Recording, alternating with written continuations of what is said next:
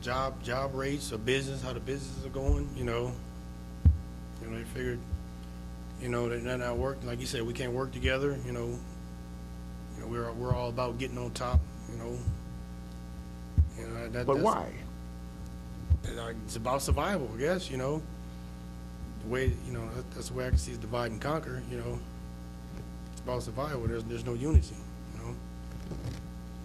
It's really so much like divide and conquer. Like it's really in jobs. Like you could take example, everyday guy didn't have a job, looking for a job. He with a couple other black guys, they looking for a job. They having trouble finding jobs. Then all of a sudden you take one guy out of that crew, he gets the job, not just a job. He gets the job. You know what I mean? Now all of a sudden, he's in that job. He happy to be in that job. He ain't gonna try to get nobody else in that job. You know what I mean? And all of a sudden, the guys on the lower scale are no longer good enough for him anymore. You know what I mean? So you can see people every day. People that grew up on the south side here, got up, got a little something. Now they live on the north side. You know what I mean? And they what we call brand new all of a sudden. Brand new. So that's divide and conquer. Even within the households, you got some women working, man and a wife. You got a man and a wife, both of them looking for a job. All of a sudden, the wife finds a job. Not only finds a job, she finds a good job. And the husband, he's still struggling, maybe going to labor ready or whatever to bring in a little piece of money. All of a sudden, you wake up, he's no longer good enough for her anymore. As an example, you see sisters now, they got, and especially now, nobody has, very few sisters have anything good to say about the black man now. Prophet? Another thing, to piggyback on what these brothers said about divide and conquer, Brown versus Board of Education, you know what I'm saying? When they did that to us, integrated us into the schools, that's divide and conquer. They scattered us everywhere. We didn't stick together and have social groups, like we had before. We had to share our stuff with them or just keep quiet about it. That, and then, them pitting the black man and the black woman against each other by giving the black woman all the laminates of the free government if she by herself. But if she has a man with her, none of that. So that teaches them to keep us out the house. We a secret. We gotta come in the back door. You can't keep none of your clothes over here. So that's divide and conquer. So them are two of the, I think, most fundamental ways they got us. How can we best repair the lack of unity that we have in Fort Wayne? It's going to take some time. We got to get some unity and some brotherhood together. We got to have brothers that's meeting together and got to be able to work together in order to stop divide and conquer, in order to stop it going and to get them to get all the black communities on the same page. But to do that, we've got to get past this black self-hatred.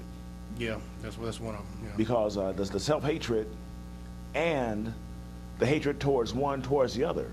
Yeah. Have you ever, again, is that a myth or is that a reality? That's a reality.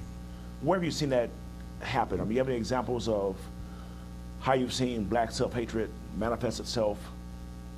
Oh, at the schools, at the jobs, anywhere. Like how, for example?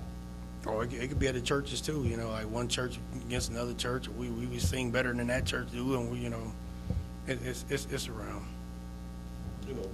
Black self-hatred manifests itself, in my opinion, again, and when you got, the heart wants what the heart wants.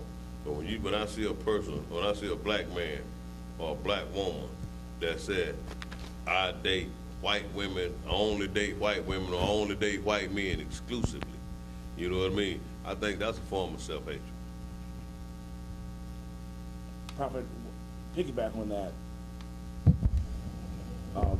self-hatred, how would you best suggest that we become smart enough to get beyond that?